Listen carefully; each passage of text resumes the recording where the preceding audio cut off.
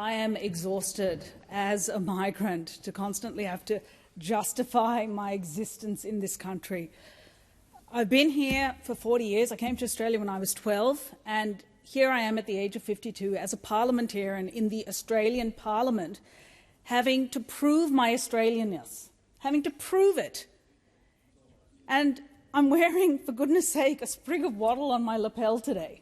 Why? Because it's National Wattle Day, the 1st of September, a day to celebrate our unity, diversity and our resilience. And why wattle? Because there's over 1,000 species of wattle, and wattle is one of the most resilient plants in our landscape. It can withstand fire after fire after fire, and it blooms. It comes back stronger. And it's a bit like the story of waves and waves of migrants to this country. Since World War II, every wave of migrants, from the Greeks, the Italians, the Jews, the Vietnamese, and now the South Asians, for those, that's Indians, Sri Lankans, Malaysians, people of colour like me, have had to be resilient because they've all encountered xenophobia, all of them. But you would think that over this passage of time that we would evolve, we would get better as a country. And I do truly believe we are better as a country. But in this chamber some days I have to question that. And today's one of those days. If there was ever any doubt that the coalition, the Liberals and the Nationals, have moved to the hard right, that was dispelled today by their actions and their words today. For years they've been flirting with the fringe, for years. But today they got into bed with that fringe. And I've seen this movie before. I've seen this movie play over and over again. My sister, Senator Stewart, First Nations woman, knows exactly what I'm talking about because First Nations people have had to endure this since colonisation. It's so normalised for them, but it's not normalised for me. It's not normalised for me. It shouldn't be normalised for any migrant in this country. Cultural diversity is under attack. It's under attack all around the world. There are some places where migrants, even though they've stayed in their country of birth, laid down roots, raised children, are being detained and locked up. Some are being deported. Some are being deported. Now, that anti-immigrant sentiment may have been normalised once upon a time in our history. And that history wasn't that long ago. It was completely normalised when the White Australia policy was operating in this country. Now, that was revoked in 1973 by a Labor Prime Minister, Gough Whitlam. And since then, successive governments, Liberal and Labor, have actually embraced multiculturalism. It's been a pillar of our national economy. Multiculturalism is now woven into the fabric of our country. So once upon a time, it was probably okay, historically, to attack diversity. It's certainly not okay now. Not when 1 in 2 Australians have either been born overseas or have a parent who was born overseas.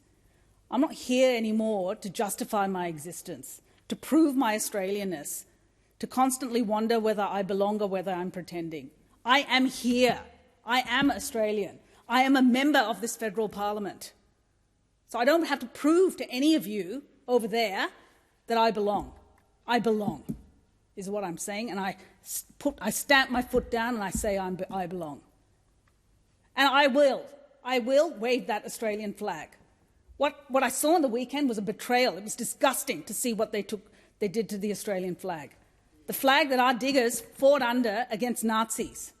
So sure, we should be able to have a rational debate about migration. Sure, we should be able to do that.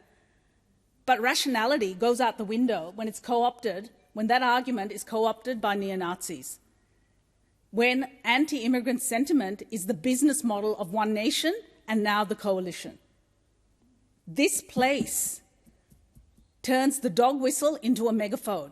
And the people who are impacted are not people like me. It's not me.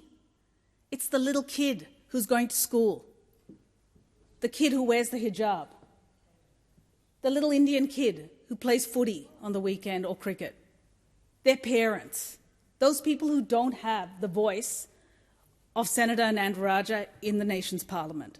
Those are the people who are impacted. The words spoken in this chamber ricochet around this country, tearing at our social fabric, and the words get fired here. And the impacts are not felt by anyone in this chamber because we're too privileged. But it is acutely felt by people outside, in those communities right around the country. To weaponize migration is beyond the pale in 2025. We are here. We are part of this country. We contribute. There isn't a single facet of our economy that doesn't depend on the blood, sweat and tears of immigrants. You can't walk into a hospital or an aged care facility or a childcare facility or any business without seeing migrants. They hold up the sky. It's like the United Nations. Hospitals are like the United Nations. So are aged care facilities. So are childcare facilities. And guess what? If you don't have any of those essential workers, key workers, your economy cannot function. You can't actually build the homes that we need. Because the people who are building those homes need people, other people, to look after their children while they are working. Those IT workers who come from places like India, Malaysia, Sri Lanka, and so on, underpin every single business and government agency in this country. Take them away, everything grinds to a halt. So be careful what you wish for, One Nation. Be careful what you wish for. You go out there and you blow that dog whistle, and the only people who get harmed are all of us, our country. But you're right, we should be able to have a rational discussion about immigration. Because you're right, there aren't enough homes. But there aren't enough homes not because of migrants. There aren't enough homes because governments, successive governments over the last 40 years have not been building enough homes. It's been utterly neglected. And it caught up with us over the pandemic. I'm exhausted. On the weekend, colleagues, my daughter decided to go into the city yesterday in Melbourne. And I begged her, I pleaded with my 20-year-old daughter to not do that because of what was going on in the streets of Melbourne. I do track my daughter on her phone. She doesn't like it, but I'm a helicopter mum. I make no apology about that. And I did that, and I constantly watched her to make sure she was fine. And then I messaged her. And then when she was on the train, she messaged me, and she said, "Mum, some of these neo-Nazis are on the train." And I was like, go and seek help. Go and sit next to someone of authority. Go and find that person. She was fine. This is 2025. This should not be happening in modern Australia. So there were people at these rallies who have legitimate grievances. They are concerned about housing. We as a government take those grievances seriously, and which is why we are pulling every lever imaginable to solve the housing crisis. So many pillars to that portfolio, most of which were actually voted against by the coalition, who stand here and cry crocodile tears and blame migrants while still holding up housing supply. They voted against the Housing Australia Future Fund. They voted against Help to Buy. They then tried to move a disallowance motion last week into Bill to Rent. Every step of the way, they have blocked passage of housing supply. So don't come in here and pretend that we've all suddenly had amnesia on the Labor side. We haven't. But the bottom line is this. The coalition love to pump up the tires of migrants and multiculturalism. They turn up to immigration, to citizenship ceremonies. They turn up to festivals where they might eat a samosa or wear a turban or have a shawl put round their necks, right? That's multiculturalism, isn't it? Little do they know that migrants think that they are, deep down, a nasty party. A nasty party.